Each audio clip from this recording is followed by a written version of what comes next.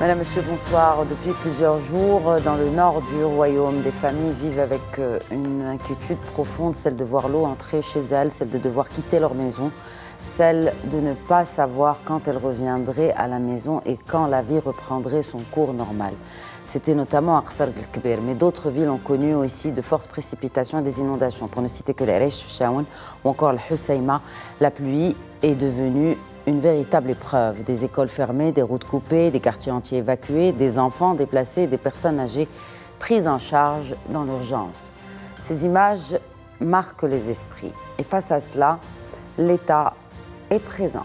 Les forces armées royales, la protection civile, les autorités locales et les volontaires sont sur le terrain jour et nuit. Cette mobilisation mérite d'être reconnue. Mais au-delà de l'urgence, sans polémique, nous allons quand même nous poser des questions qui sont centrales, fondamentales pour comprendre le phénomène. Comment mieux protéger ceux qui vivent au plus près des oueds, des montagnes et des zones fragiles ? Car ce que nous voyons aujourd'hui, ce ne sont pas que des chiffres et des précipitations, ce sont des territoires vulnérables, des choix d'aménagement anciens et un climat qui change plus vite que nos habitudes.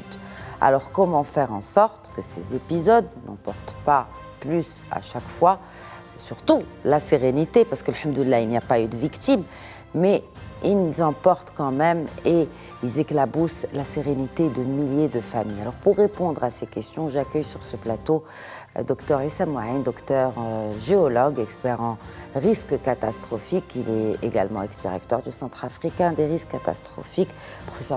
Docteur Mouaïn, bonsoir et merci de votre annonce. Merci beaucoup et merci pour votre invitation. J'ai également le plaisir d'accueillir sur ce plateau le président de l'Association des enseignants des sciences de la vie et de la terre, c'est Brahim Khsiri. Bonsoir. Bonsoir. Bienvenue à vous sur le plateau de questions d'actu. Et il est également consultant, il connaît bien le secteur des assurances, il est fondateur directeur du cabinet HBA Hicham El Saïd Alaoui. Bonsoir. Bonsoir Khadija, merci beaucoup. Merci à vous d'être avec nous. D'abord, messieurs, un point sur la situation. Je vais commencer par le docteur Mouaïn qui va nous faire un point vraiment sur la situation pour comprendre davantage d'où vient cette eau qui se déverse aujourd'hui. On va peut-être commencer par la région d'Aqsar el-Kbir, docteur Mouaïn. Oui, d'accord. Donc déjà, pour commencer, il faut mettre les choses dans leur contexte géologique, déjà, pour avoir une idée de ce qui se passe sur le plan géologique. Alors, l'Aqsar el-Kbir, il est sur un bassin, bien sûr, un bassin sédimentaire. C'est un bassin qui est traversé par l'oued Loukous, qui est donc responsable de ces inondations. Et ce bassin-là, il présente une particularité très très importante, c'est un bassin subsidant. Il est tout le temps en train de s'affaisser de manière régulière et de manière rapide, relativement dans l'échelle géologique. Et ça, on pourrait bien sûr l'expliquer. C'est l'urbanisme aussi, parce que c'est beaucoup plus... Enfin, je ne sais pas, comment on pourrait expliquer qu'un territoire s'affaisse ? Oui, on peut, bien sûr. Ça peut être l'exode rural, ça peut être aussi la ville peut-être qui grandit et donc qui pèse davantage. Je ne sais pas, c'est vous le géologue, je ne sais pas ces questions pour comprendre davantage. Pas vraiment, mais on peut l'expliquer en deux choses, c'est très facile. Déjà, ce bassin-là, il est sur le bassin, il y a tout le Rif. Le Rif, c'est des terrains allochtones, c'est des terrains qui n'appartiennent pas vraiment au pays. Ce sont des nappes de charriage qui se déposent sur l'avant-pays, sur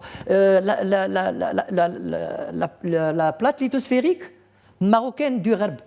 Donc, c'était une surcharge de nappes charriées qui se déplacent et qui mettent un poids supplémentaire sur le bassin, donc qui le pousse à s'affaisser continuellement. En plus de ça, avec la charge hydrosédimentaire de tous les affluents du Loukous et avec l'eau du Loukous, de la rivière, il est surchargé de sédiments, donc une charge très lourde avec des années et des années de précipitations. Et ces charges-là contiennent principalement d'éléments. Ce sont des argiles qui gonflent, ils sont remplis d'eau, ils sont saturés, et ils ajoutent une charge supplémentaire qui font qu'il y a un affaissement continu.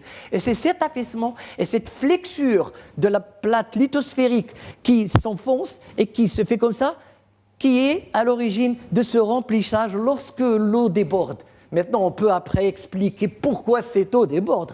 et pourquoi les zones sont touchées. Ça, je laisse après. C'est aussi l'autre question, c'est-à-dire si on va faire le point, est-ce qu'il y a de quoi s'inquiéter davantage aujourd'hui au vu de tous les affluents de ce Oued Loukos? On ne peut pas s'inquiéter de manière très alarmante parce que déjà il y a le barrage.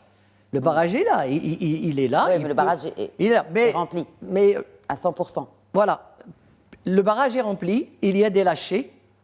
Les lâchers doivent être maîtrisés. Est-ce qu'on peut mettre l'autre carte, s'il vous plaît, en régie, pour qu'on comprenne davantage comment l'eau, déjà, d'où vient l'eau, et aussi le positionnement. Donc, on a le barrage Al-Wahda, on a le barrage Al-Fassi, on a aussi l'autre barrage. Ça, cette carte, c'est pour le Rab, c'est pour le Oued Sebou. Oui. C'est la même chose, c'est le même contexte géologique, c'est des bassins subsidents, c'est des bassins qui s'affaissent tout le temps.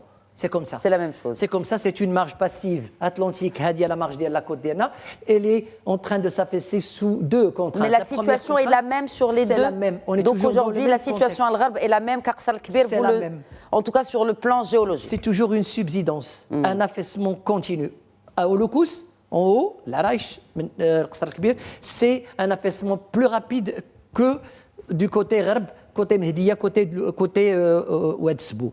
Bon, maintenant, pour comprendre un petit peu, Oued Sebou, il est alimenté par deux grandes rivières. Ce sont celles de Idaoun et le Ouerera. Ouerera, c'est la plus grande rivière, je dirais pas fleuve, jamais, rivière très dangereuse du Maroc. Elle est d'ailleurs protégée par le barrage Louhda, qui est le plus grand barrage d'ailleurs au nord du Maroc.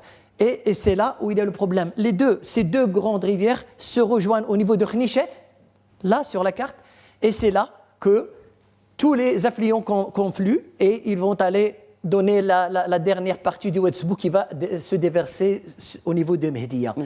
Et donc toutes ces zones-là, à gauche et à droite, sont des zones inondables, c'est des plaines fluviatiles connues par le passé, et dans le présent, et dans le futur. Qu'est-ce que vous appelez le passé? Quelle est la dernière fois où on a eu un épisode comme celui qu'on est en train de vivre aujourd'hui? Déjà en 1996, il y a à peu près 30 ans, on a eu le même scénario. Dans quelle zone? C'est toujours les mêmes zones qui sont inondables, c'est toujours la même chose.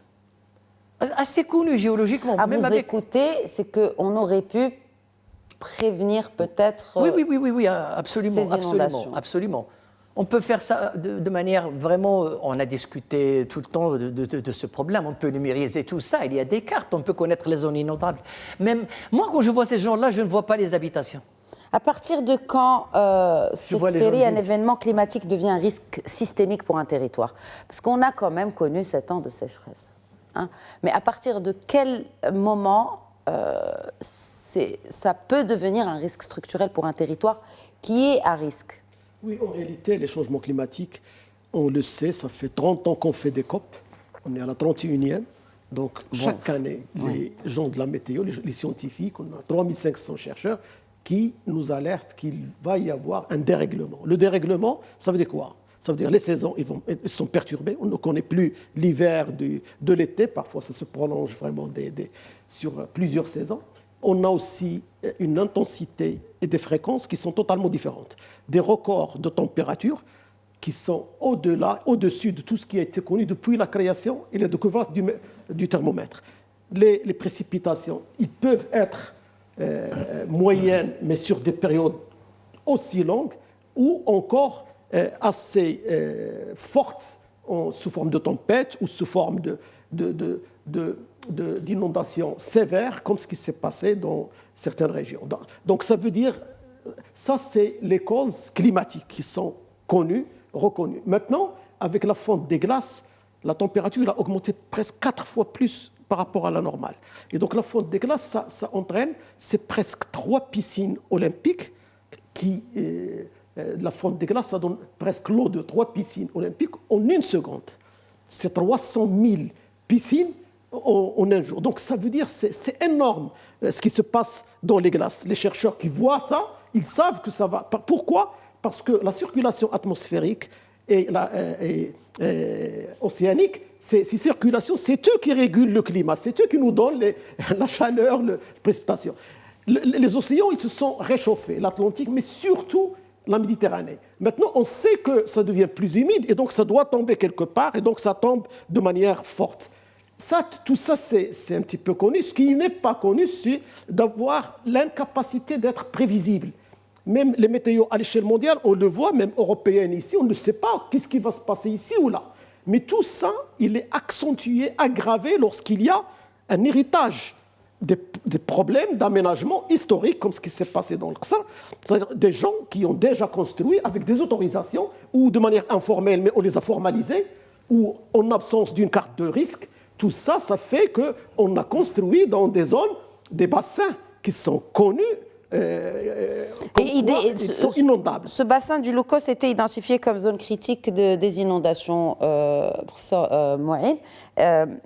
Mais est-ce qu'on prend cela en considération au final avant de construire? Parce que vous disiez tout à l'heure, on aurait pu prévenir cela. Est-ce que c'est éviter de construire là où il a été construit ou comment je vais redire ma phrase. Je viens de la confectionner tout de suite. Moi, quand je vois les zones inondées, je ne vois pas les habitations. Bon, en tant que géologue expert, je ne vois pas. Dès que je vois la zone... Oui, mais on les voit là. Moi, je ne la vois pas. C'est-à-dire les images, on les voit. Et c'est vraiment des images qui marquent. Et je vais vous expliquer comment. Des images très fortes. Moi, quand je vois ces régions-là, j'enlève les habitations et je vois que je suis dans un wet. Je suis dans un danger. Je le vois. Moi, j'enlève ça de ma tête.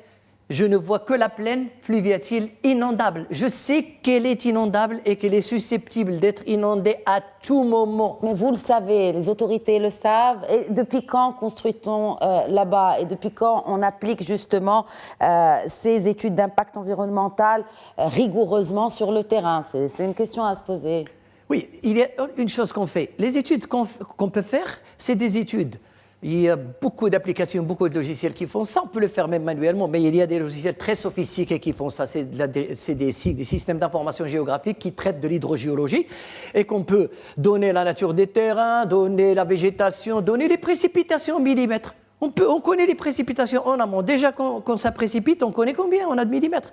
Et on sait ce que ça va faire en aval. Ça, en amont, on sait. Au niveau du Rif et du Moyen Atlas, quand il y a des précipitations, on les mesure. Alors, on sait ce qui va se passer en aval. En aval, c'est en bas. On sait combien on aura de débit, combien de volume d'eau, on connaît tout. Et on sait, par des techniques de cartographie, de numérisation, on sait quelles sont les zones qui vont être inondées et quelle est la hauteur à laquelle l'eau peut arriver. D'où l'évacuation. Bien sûr, on peut. D'où l'évacuation, d'où le fait qu'on n'ait pas de victimes. Bien sûr. Donc en fait, il y a de la prévision. Oui, on peut. Et de la prévention aussi.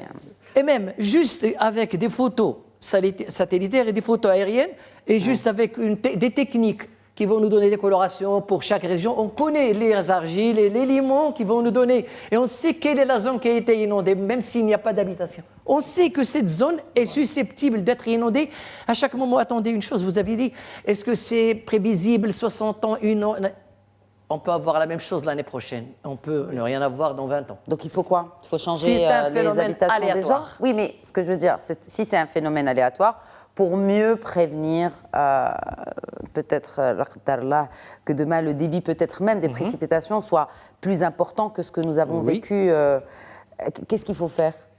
Voilà. C'est une question que je pose généralement à la fin de l'émission, mais je vous dis ça en deux mots. J'aimerais bien vous la poser maintenant. Parce que... Quand on parle de phénomène aléatoire, c'est quoi l'alternative? C'est aléatoire, c'est qu'on ne peut pas.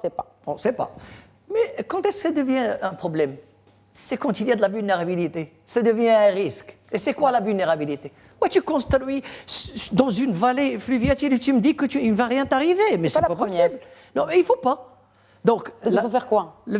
Il ne fallait pas construire. Oui, mais maintenant le mal est fait. Oui, pas le mal ou le bien, mais il y a des gens qui habitent là-bas, ils ont leur vie. On peut faire des choses, on peut parler en fin d'émission de ce qu'on peut faire. On va parler de ce qu'on peut faire. Je crois qu'il y a 3 types de situations qu'il faut distinguer. Les interventions avant qu'il y ait les précipitations ou la chaleur ou les inondations, ça c'est avant. Lorsqu'il y a le calme, il n'y a aucun problème. Et il faut investir énormément d'abord dans la science pour connaître la cartographie des risques, comme ça a été dit vraiment par Saïmed. Les chercheurs, ils connaissent la géologie, ils connaissent les bassins, ils connaissent tout. Ils vous diront, ça, c'est un problème. Deuxième problème, une fois qu'on connaît la carte des risques, ce qu'il faut faire, c'est rassembler l'ensemble des acteurs, aussi bien les citoyens que les acteurs scientifiques, que les acteurs des administrations, au ministère de l'Intérieur, et pour choisir les priorités. Parce qu'on ne peut plus maintenant corriger à 100%. Parce qu'il y a des quartiers, on n'a pas les moyens de vraiment remettre les choses dans la bonne situation. Mais on est obligé de faire des interventions pour dévier un petit peu les cours d'eau, pour essayer de reconstruire pour ceux qui sont vraiment à 100%, même s'il y a des petites précipitations, ils vont souffrir. Et donc, tout ça, on peut le faire, mais en priorisant. Tout ça, c'est géré par une administration, mais c'est difficile de le gérer pour tout le Maroc. C'est 1580 communes dont on parle, et c'est 33 000 douars. Et donc, pour tous ces douars, on ne sait pas demain. On ne savait pas que c'était Safi. On ne savait pas que ce serait El Qsar. Demain, c'est où? Donc, c'est pourquoi les Nations Unies, ils ont annoncé que le 13 octobre de chaque année, ce sera la journée de lutte contre les catastrophes naturelles et climatiques. Donc, qu'est-ce qu'il faut faire? Il faut lancer les études. Déjà, il faut le savoir, on n'a pas ces études qui couvrent tout le Maroc. Deuxième chose, avec l'administration, il faut associer les universitaires et il faut associer d'autres experts pour pouvoir faire mais grâce aux drones, grâce aux nouvelles technologies, on peut y arriver. Deuxième chose, une fois qu'on a ça, on détermine par priorité quels sont les plus dangereux, les moins dangereux, etc. On ne va pas attaquer tous, mais on va attaquer ceux qu'on peut. Et c'est au niveau local qu'il faut faire ce travail. Une fois qu'on a fait ce travail-là, maintenant, qu'est-ce qu'il faut faire? C'est pourquoi nous, on dit qu'il faut que l'État annonce ça pour le 13 octobre prochain. Que toutes les communes font la même chose. Ils discutent de leur carte à risque, ils discutent de ce qu'ils doivent faire. Une fois qu'ils discutent de ça, il y a des interventions au moment de la catastrophe. Ça, c'est autre chose. Au moment de la catastrophe, il y a les premières minutes, il y a une échelle, les premiers 5-10 minutes, il y a des gens qui sont en train de mourir. Il faut les sauver. Les seuls qui peuvent sauver dans le monde entier, ce n'est pas l'État, ce n'est pas la protection civile, ce sont les citoyens eux-mêmes, parce qu'ils sont proches des autres. C'est pourquoi ces citoyens-là, ils doivent être formés avec des volontaires au niveau local, grâce à la protection civile, ils doivent les former, ils doivent faire les exercices. Chaque année, tous les 13 octobre, on fait la simulation comme si on a une inondation. Qu'est-ce qu'il doit faire celui-là? Comment communiquer? Qui doit faire ceci et cela? Et il y a autre chose qui est essentielle. C'est une fois qu'on a cette échelle, on la travaille sur les premières heures, après, ça devient beaucoup plus facile d'agir. Parce qu'on a un État qui est très structuré, et on a vu que vraiment les interventions étaient au niveau provincial, à la préfecture, au niveau du ministre de l'Intérieur, mais surtout, il y a une intervention royale avec l'armée, et on a compris maintenant. En Espagne, on a vu ce qui s'est passé dans d'autres pays. Les catastrophes naturelles sont une guerre. Il faut absolument les affronter avec les moyens de la guerre. Et l'un des éléments de la guerre, c'est la surprise. Il faut agir à ce moment-là. Et le Maroc, il a une expérience qui est extraordinaire du point de vue mondial. C'est quoi? C'est la lutte contre les feux de forêt. Le Maroc, il a créé un centre à Rabat qui s'appelle le centre de lutte contre le feu, où il n'y a que des ingénieurs et plein de télé qui suivent à la minute le tout, et ils dirigent les opérations. Ils peuvent même, grâce à des dispositions royales, ils peuvent mobiliser la gendarmerie, ils peuvent mobiliser... Parce que rien que demander au chef de telle institution de demander à l'autre, ça ne peut pas marcher comme ça. Les catastrophes, il faut qu'il y ait toute l'équipe ici, dans la même salle, et il faut qu'ils puissent posséder les compétences, les prérogatives et le droit de mobiliser en fonction de chaque cas. Et donc, c'est ce qui se passe au niveau des centres de lutte contre le feu de forêt. On aura besoin vraiment dans les prochaines semaines ou mois d'une entité identique à celle-là. Mais celle-ci ne sera pas pour les feux de forêt, mais ce sera pour lutter contre les catastrophes et gérer les moments les plus difficiles. D'abord, avant, il doit y avoir toujours des cartes, des formations, des plans de déplacement ou de démolition, quelque chose comme ça, mais il doit y avoir vraiment des moments d'intervention au début. Et il y a ce qui se passe après, parce que les gens, ils perdent leur source d'économie. Il y en a qui vivent d'un commerce, quelque chose comme ça. Lorsqu'ils percent... Nous allons y revenir, alors, justement. Ça aussi, c'est un problème. Oui, oui, nous allons parler avec... agir sur l'ensemble. Oui, avant, parce qu'on va parler aussi d'assurance. C'est important aussi qu'on comprenne, vous avez parlé de sensibilisation, qu'on comprenne aussi que est-ce qu'on connaît réellement le risque de ne pas être assuré aujourd'hui au Maroc.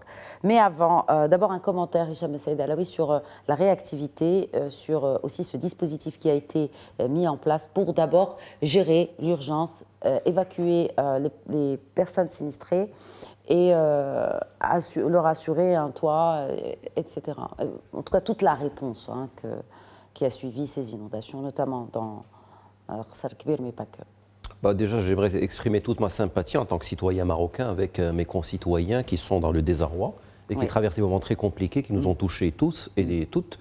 Bien entendu, on peut avoir de la compassion, mais on ne ressentira jamais ce que ressentent les personnes dans ces temps de froid, ces temps où il y a le désœuvrement, la difficulté à se projeter, etc. Sur le deuxième sujet, pour moi, c'est presque un non-sujet parce que je ne suis absolument pas surpris. On a vu ce qui s'est passé à Fès, on a vu ce qui s'est passé à Esfi, on a vu ce qui s'est passé à Al-Qsar récemment. La réponse en termes de réaction à ce type d'événement est exemplaire. Je pense qu'il y a pas mal de pays développés où la réaction, la réponse n'est pas de ce niveau-là. On se rappelle de l'ouragan Katrina aux États-Unis où le gouvernement en place avait été vilipendé, pour ne pas dire très fortement critiqué, pour sa gestion de la crise. Nous, chez nous, alhamdoulilah, ça a été évoqué, la concorde de tous les corps d'État, que ce soit la protection civile, les forces auxiliaires, les forces armées royales, toutes les bonnes âmes, la société civile, sur haute instruction, sollicitude royale, sur la gestion de la crise en tant que telle. C'est un cas d'école, c'est un modèle où, alhamdoulilah, si on voit le bilan, bien entendu que le bilan matériel est très lourd, mais le bilan corporel, alhamdoulilah, si on arrive à le mitiger, c'est qu'il y a une réaction. Ça, c'est pour moi la conséquence majeure de notre gestion de la crise. Se pose peut-être le débat de l'amont, et j'ai trouvé le débat avec les deux éminents professeurs très très intéressant, parce que si je devais m'exprimer en tant qu'assureur, je dirais qu'il y a pas mal de choses très intéressantes. Premier sujet, la notion d'assurance est consubstantielle à la notion d'aléa, qui vient étymologiquement du dé. C'est-à-dire je prends un dé, je le jette, ça peut être le 1, ça peut être le 3, ça peut être le 5. J'ai très peu de prix si le dé n'est pas pipé. Là, en l'espèce, il y a quand même deux concepts qui se bousculent dans ma tête. Le premier concept, c'est nous sommes, d'après ce que j'ai compris, sur des zones géologiquement et lithographiquement, c'est-à-dire sur la pierre, exposées. Et donc, c'est peut-être une question de semaines, c'est peut-être une question d'années, c'est une question de décennies. Mais ça devrait revenir à un moment ou à un autre. Et donc, de ce point de vue-là, est-ce qu'il y a un réel aléa sur le temps long ? Mais en même temps, si on suivait cette logique, est-ce que par exemple le risque d'essai serait assurable ? Parce qu'on va tous mourir un jour, alors que le risque d'essai est assuré. C'est-à-dire là, le débat très philosophico-assurantiel, c'est aléa oui. Ils sont loin de la philosophie, les assureurs. Si seulement ils pouvaient mettre petite pincée de philosophie dans comment ils appréhendent les risques, non, je vous assure, ce serait beaucoup plus humain que ça ne l'est aujourd'hui comme secteur. C'est très philosophique dans l'approche, honnêtement, je le dis sans flagornerie, sans complaisance. Oui, oui. Si on se projette sur un temps long, est-ce que le régime en soi est soutenable ? C'est-à-dire que si on nous explique, avec a fortiori les perturbations climatiques, que ce qu'on devait débourser en tant qu'assureur il y a 30 ans, pour un montant de 100, on va peut-être débourser avec l'inflation 120, là je parle uniquement matériellement, parce que, alhamdoulilah, il n'y a pas de perte de victimes humaines, bien entendu, qui n'ont aucun prix. Mais juste matériellement, débourser 100 tous les 30 ans, est-ce que c'est débourser 120 tous les 10 ans, puis 5 ans, puis 2 ans, avec l'aggravation des conditions climatiques ? Donc pour moi, d'un point de vue... Donc c'est un risque structurel pour par les assureurs ? C'est un risque systémique. Les inondations. Si on se positionne... Systémique ou structurel ? Pour moi, d'après ce que je comprends, je dirais les deux. Si je me positionne du point de vue de la réglementation, la loi 110-14, sur les événements catastrophiques, au passage, on parle d'F4 et pas de CatNat. Ce n'est pas uniquement de la catastrophe naturelle. Comme vous le savez certainement, l'F4 au Maroc couvre également le risque terroriste, couvre également le risque d'émeute. C'est-à-dire, il ne faut pas cantonner ce fonds, ce FSEC, uniquement à ce qui vient d'une certaine réaction de la nature. Ça peut revenir aussi d'une réaction de l'homme. Et de ce point de vue-là, si on voit cette loi 110-14, est-ce que vous trouveriez légitime que monsieur le chef de gouvernement, parce que c'est sa prérogative, prononce un état de catastrophe naturelle de plus en plus régulièrement, de plus en plus fréquemment dans la situation actuelle, en rappelant que le FSEC, le fameux FSEC, est alimenté par une taxe parafiscale qui vient d'être augmentée, 1,5% des primes non-vie uniquement sur les dommages. Le marché de l'assurance, pour simplifier au Maroc, c'est à peu près 65 milliards. Vous enlevez 45% d'assurance vie, vous enlevez à peu près 6 milliards non incluses, notamment l'accident de travail, maladie professionnelle, également les accidents corporels, c'est-à-dire décès, incapacité, maladie. J'arrondis, reste à peu près 30 milliards. Vous appliquez 1,5%, ça fait 450 millions. Vous mettez des budgets étatiques et vous capitalisez tout ça, disons, les gestionnaires gèrent très bien, ils placent à 10%. On va aboutir à quelques centaines de millions de dirhams. Quand je vois l'étendue des dégâts, qui en plus sont appelés à être plus fréquemment survenus que par le passé, pour moi, je dirais que c'est très peu soutenable. Est-ce que c'est que l'État qui doit soutenir cela? Pourquoi nous n'avons pas encore au Maroc la culture d'assurer son bien? Alors, à moins que la banque, ou en tout cas le bailleur, ne l'impose pour le bail, pour le crédit bancaire. Est-ce que je peux intervenir? Bien évidemment. Vous avez soulevé un point très intéressant. Déjà, pour les habitations, d'une manière générale, lorsque vous achetez un bien, il y a une assurance catastrophe, inondation, il y a tremblement de terre, il y a peut-être même incendie.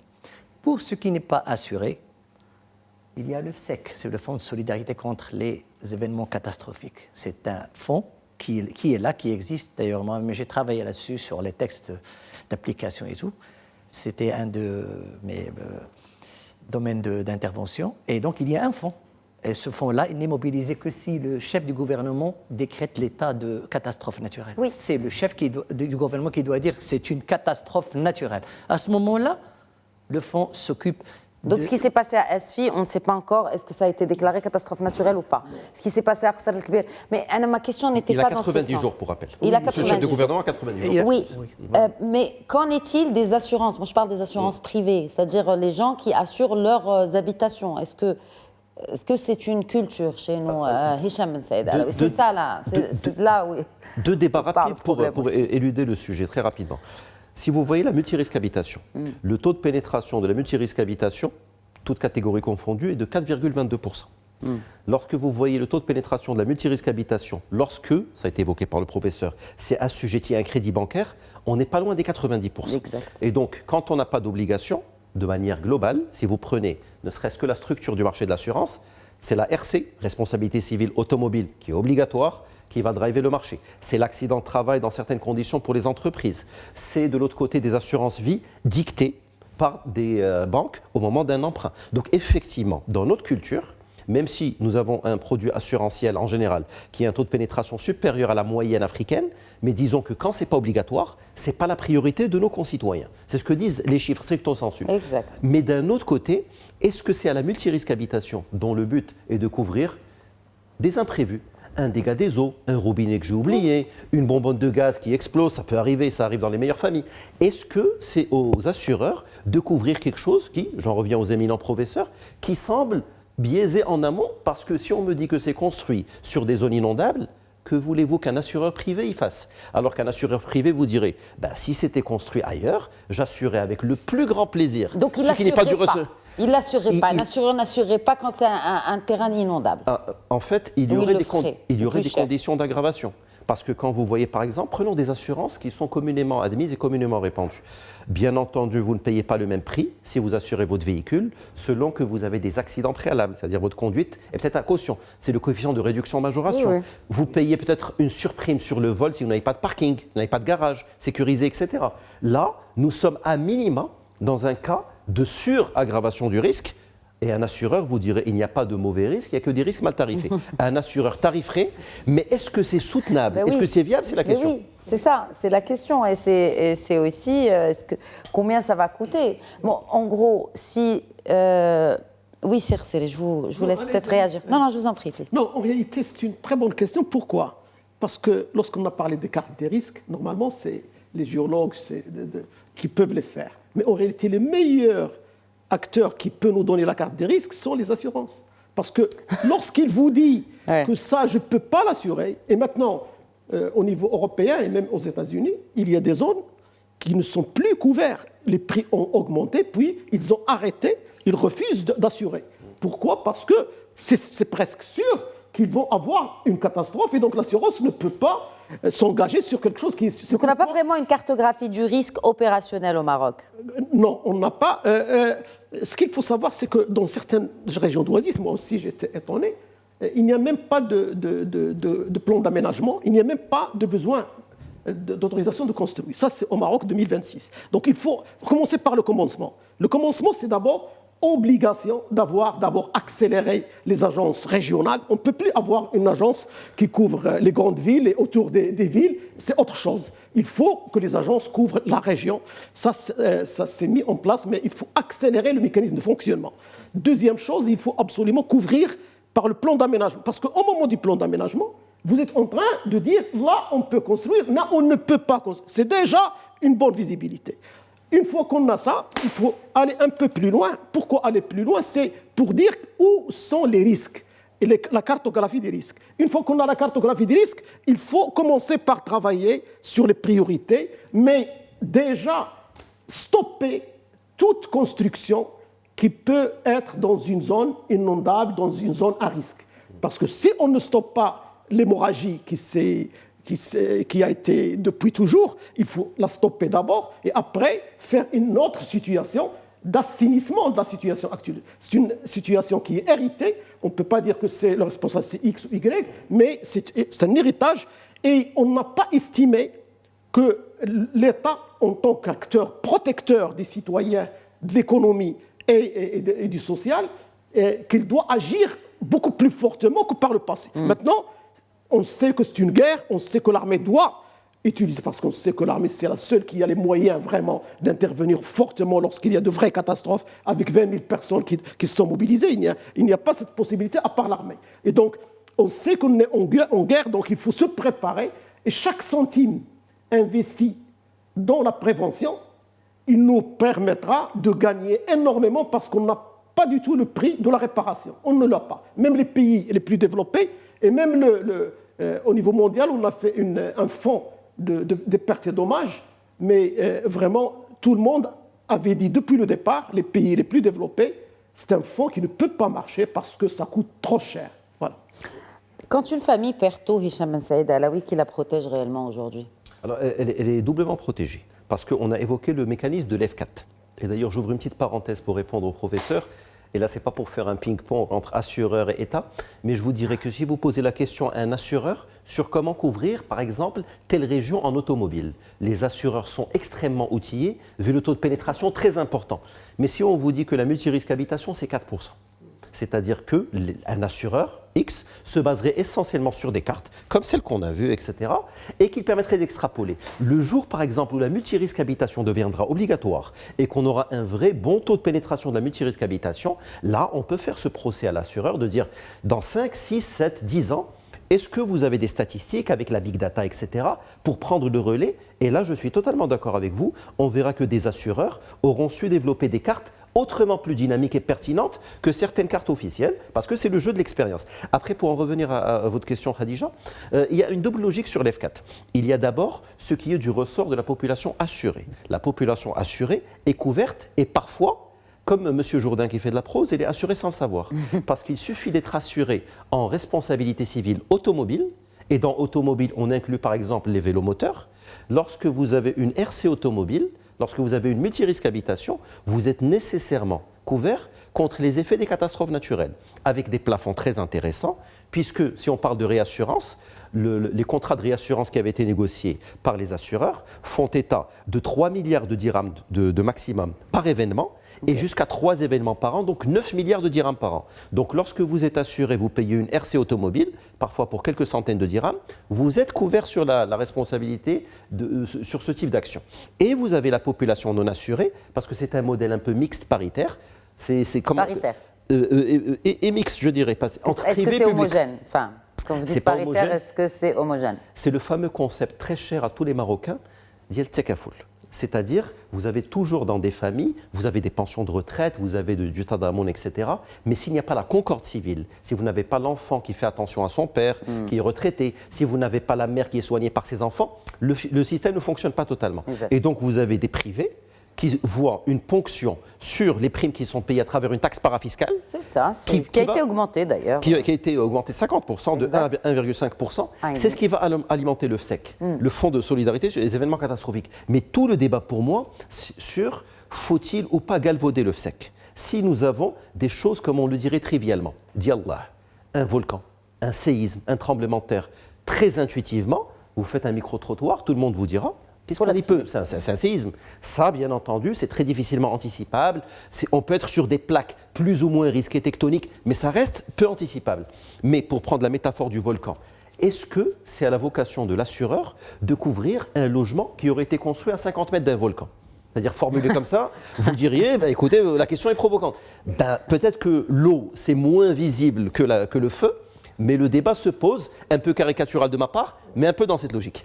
Où se situe aujourd'hui la vraie faille, docteur Mouaïn? La prévention, la planification, l'aménagement?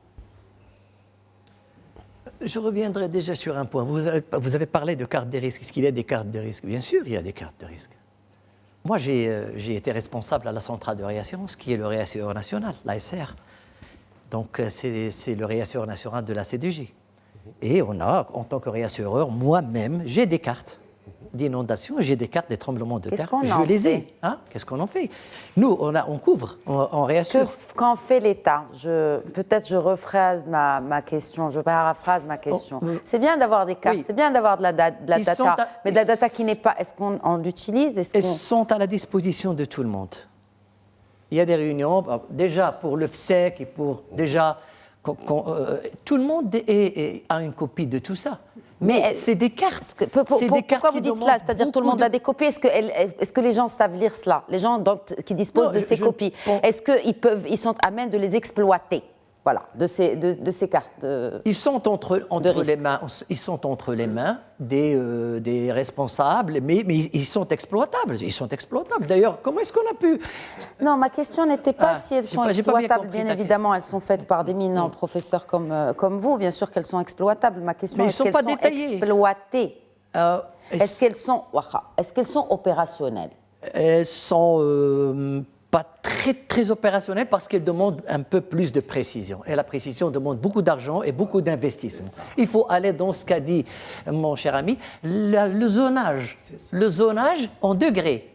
Zone rouge, zone orange, zone verte, il vient de le dire. Il faut donner des cartes de zonage, d'inondation. Là, c'est dangereux, là, ça, c'est moins dangereux. Donc, on n'a pas ça aujourd'hui. Et tout le monde doit le connaître, le citoyen en premier. Bien sûr. Ce n'est pas les scientifiques ou l'État. C'est le citoyen, parce que c'est lui qui va subir directement à 3 h du matin ou 4 h ou pendant... Et attendez, par la suite, vous allez être surprise quand on va vous dire que ces inondations, ils vont provoquer un autre problème. C'est des tremblements de terre locaux. Il faut s'attendre à ça. Moi, je le dis, je n'ai pas froid dans les yeux. Il va y avoir probablement à court terme ou à moyen terme des tremblements de terre, parce que les grandes infiltrations d'eau dans les bassins, ils sont pénétrés très profondément à des centaines de mètres. Ils ont déjà, avec le CO2 et l'eau, c'est acide. Ils ont dissous des karstes, des calcaires, des gypses. Il y a eu des grandes crevasses maintenant qui vont se former en profondeur. C'est une instabilité très importante, de grandes cavités, de grands blocs qui vont chuter comme le Nasra, le tremblement de terre de 2001. Au large de Kénitra. C'est le bassin du Rab qui s'est effondré. Ce n'est pas un tremblement de terre tectonique, c'est un tremblement de terre de réajustement isostasique, c'est-à-dire que les cavités et tout ça dans le bassin de Rab qui s'affaissent et l'infiltration des eaux qui va dissoudre, qui va faire de grandes cavités. À un moment donné, il y a des très grands blocs énormes qui vont tomber et qui vont provoquer des ondes sismiques locales. Et c'est pourquoi on n'a pas pu expliquer à ce moment-là, lorsque le séisme est survenu, j'étais pas là. Moi, je savais parce que je travaillais là-dessus. Je préparais ma thèse de doctorat, et c'était en 2001. Et je savais que le séisme n'était pas tectonique, ce n'est pas des plaques qui ont bougé, ça n'a rien à voir avec le rift, c'est en relation avec les infiltrations et la subsidence du bassin du Rab. Ils descendent comme ça. Et à un moment donné, c'est un bloc qui bascule et qui donne une onde sismique. Et ça peut arriver maintenant après ça. Oui. Après toutes ces infiltrations de dos, il faut s'attendre. Mais c'est pas très dangereux, mais c'est des petits tremblements locaux qui peuvent survenir. Mais je crois que l'essentiel, le débat qui doit être orienté au niveau national maintenant, au niveau territorial, c'est surtout comment stopper c'est-à-dire des pratiques qui sont maintenant clairement des erreurs dans le domaine de la gestion des crises. Parce que lorsqu'il n'y a pas de crise, pas de problème. Vous commettez l'erreur que vous voulez, vous construisez où vous voulez, il n'y a pas de problème. Mais une fois qu'il y a la crise, vous n'avez plus le temps de retourner en arrière, de dire je vais corriger. Donc il faut corriger maintenant. L'un des grands problèmes, on est le 2 février. C'est quoi le 2 février? C'est la journée mondiale des zones humides. Et le Maroc, il a 300 000 à peu près hectares de zones humides. Et bien, ces zones humides, ils ont aussi le rôle de préserver contre les inondations. C'est l'un des rôles essentiels. Et ces zones humides, ils ont été asséchées par le climat, vous voyez, la sécheresse, mais il y en a un maximum qui ont été asséchés à cause de la surexploitation de la nappe phréatique. Parce qu'il y a un lien entre ce que vous voyez en eau superficielle dans les barrages, dans les lacs, dans les sources, avec la nappe phréatique. Et tous ces liens-là, si vous pompez d'ici, c'est un bien commun, ça va diminuer de l'autre côté. Les zones humides, au Maroc, il y a un temps où même les eaux et forêts, ils ont amené des eucalyptus pour les mettre dans la région de Slimane, etc. C'est pour résorber. Pourquoi on résorbe, on essaie de dessécher les zones humides? Parce qu'il y a eu des pollutions. Et les pollutions, ça déséquilibre la biodiversité, il y a eu des insectes. Et donc les gens ils disent, il y a des insectes, qu'est-ce qu'il faut faire? Il faut drainer, il faut se débarrasser de la zone humide. Alors que la zone humide, c'est un équilibre essentiel c'est pourquoi lorsqu'on fait des erreurs dans le passé, ils nous rattrapent. Maintenant, les zones humides, les gens, ils les créent. C'est des zones humides, c'est comme des dayas. Les dayas, les lacs, les sources, les rivières, tout là où il y a l'eau, en plus de 6 mètres de profondeur du littoral. Mais ces zones humides, maintenant, on avait une stratégie. Il a terminé il y a une année à peu près, mais on n'a pas renouvelé la stratégie des zones humides au Maroc. Alors c'est essentiel, on parle de l'eau, etc. Il faut d'abord actualiser rapidement, mais surtout la mettre en œuvre, évaluer ce qui n'a pas été mis en œuvre. Pourquoi? Deuxième chose, c'est que ces zones humides-là, dans l'urbanisme, les normes d'urbanisme marocain actuelles, ils vont dans le sens contraire de la préservation contre les catastrophes. Parce qu'il y a une extension urbaine, tous les architectes n'arrêtent pas de le dire, il faut stopper les extensions urbaines. Il ne faut pas lier une ville avec une autre. Il faut toujours des zones de séparation pour permettre l'infiltration de l'eau. Et permettre aussi pour le climat, mais c'est aussi pour l'économie. Parce que les gens, pour manger, pour passer une journée dans la nature, tout le monde n'a pas la possibilité d'avoir son propre ferme. Normalement, autour des villes, il doit y avoir des fermes écologiques, des fermes agricoles, des forêts urbaines, de l'agriculture urbaine, et autour, on leur donne les agréments, les autorisations pour avoir de l'économie, on forme leurs jeunes, et comme ça, on crée de l'emploi. Au lieu de manger dans des stations de service polluées, il faut manger autour de ça, et il a un autre rôle, c'est le rôle vraiment principal. C'est pourquoi la semaine verte 2026 de février, il a choisi ce créneau, c'est qu'il faut absolument toutes les villes les entourer de zones vertes, que ce soit des forêts urbaines, que ce soit de l'agriculture urbaine, que ce soit des fermes. On n'a pas besoin de l'exproprier ou de chercher une ceinture verte uniquement avec les forêts. Il faut laisser ça, mais il faut le reconvertir pour avoir des arbres, des fruits, peut-être même des piscines, et les gens ils peuvent avoir un déplacement moins coûteux, accessible à tout le monde, c'est-à-dire parfois gratuit, le week-end au moins. Et tous les enfants doivent bénéficier de la nature, même s'ils n'ont pas la capacité de s'acheter des fermes, et ça doit être un bénéfice. Et ce bénéfice économique... Pourvu qu'elle ne soit pas en zone inondable, hein. Juste pour qu'on revienne à notre sujet. Oui, hein, mais ça fait partie du sujet. 10 minutes. Non, mais là, il y a de l'urgence. Oui. Il y a de l'urgence. On parle de ces milliers de familles qui n'ont pas de toit. On ne sait pas quand elles pourront rentrer chez elles. Est-ce qu'on a une idée? On ne sait pas, docteur Moyenne, selon votre expérience. Et surtout, je vais reprendre ma question de début de cette émission. Si vous deviez prioriser une action publique pour répondre à cet épisode inédit, ce serait laquelle? D'abord, je vais vous répondre à la question. Vous savez que l'une des grandes problématiques qui se posent aujourd'hui par rapport à cette inondation, c'est que ça a coïncidé vraisemblablement avec des marées hautes, des marées hautes qui coïncident avec des écoulements les oueds et les rivières. Exact. Donc les marées hautes et les tempêtes. On est dans un système estuarien, on n'est pas dans un système deltaïque. On n'a pas un delta progradant dans lequel les sédiments l'eau ils vont aller dans l'océan, dans la Méditerranée ou dans l'Atlantique, ils vont se promener là-dedans sans problème. Non, non, c'est une petite rivière qui est freinée, qui est ralentie. Le cours d'eau, il est ralenti carrément, il est stoppé. En plus, en bas, on est en basse altitude. Et là, ça s'élargit. Plus on est dans une zone près du zéro, on s'élargit, on inonde un peu à droite, un peu à gauche, on est très, très, très content. Et en plus, on a la mer qui nous dit « Restez là, il n'y a pas de souci », et nous bloque en marée haute. Donc, moi je dis, par exemple, les lâchers d'eau, ils doivent être en marée basse. OK. Ça, première chose. Ça fait sens. S'il y a les tempêtes, on n'a rien à faire. Les tempêtes, ils vont gêner un petit peu. Maintenant, les gens, ils doivent être délogés. Est-ce que les lâchers d'eau vont pousser peut-être aussi les autorités à évacuer d'autres régions? Les lâchers d'eau dépendront des débits, des précipitations. Oui. Si on a 80 ou 100 mm en 24 heures, c'est dangereux. Il doit y avoir des lâchers un peu rapides.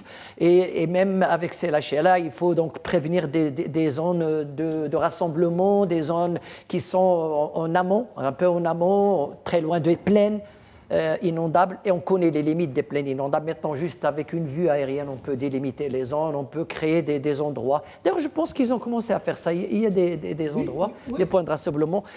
L'État fait son travail, c'est excellent, c'est très bien, on gère. Mais s'il y a des précipitations beaucoup plus importantes, le risque, il est un peu...